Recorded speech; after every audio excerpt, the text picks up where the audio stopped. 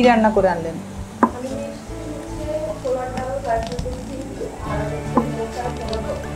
মোচার ভোলা ভর্তা। ও আচ্ছা আচ্ছা আচ্ছা, তারপরে ভর্তা করা।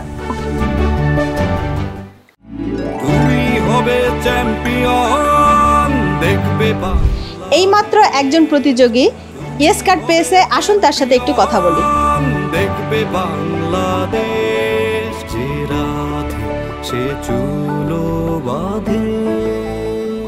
আমি একজন স্টুডেন্ট, তার পাশাপাশি আমি খাবার নিয়ে কাজ করতেছি। আমার একটা হোমমেড পেজ আছে।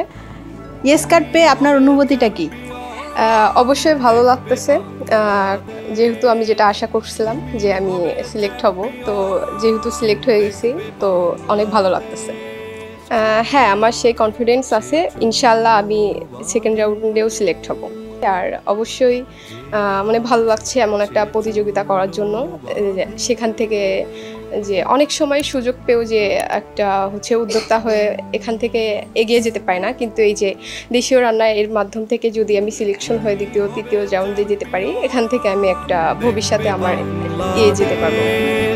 তুমি হবে চ্যাম্পিয়ন, দেখবে বাংলাদেশ, যে রাধে সে চুলো বাঁধে, যে রাধে সে চুলো বাঁধে।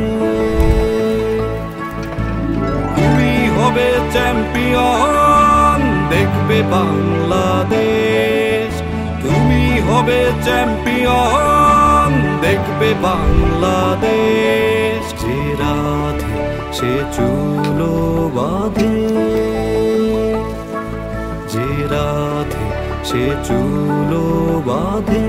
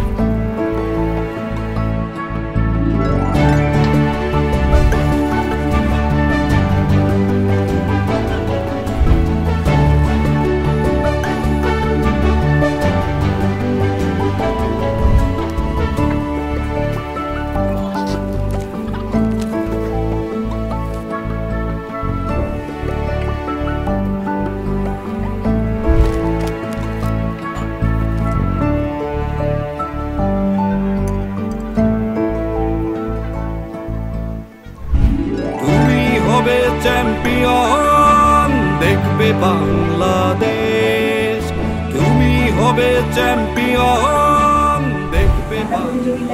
অংশগ্রহণ করে আপনার অনুভূতিটা যদি একটু বলবেন। আমি রান্না করতে খুব পছন্দ করি, সেই হিসেবে আমি গতকালকে ফেসবুকে দেখে আমি বলছি যে আমি তো আসলে অন্য কোনো রান্না পারি না, শুধু আমাদের রান্নাটা পারি। আমার বলছে আমাদের বাঙালি রান্নাটারই প্রতিযোগিতা হবে। শুনে তো আমি খুব খুশি। আমি তৎক্ষণাৎ মানসিকভাবে প্রস্তুতি নিই এবং আজকে সকালে এখানে এসেছি, এবং আমি আশা করতেছি যে আমি এখানে প্রতিযোগীদের ভিতরে টিকব।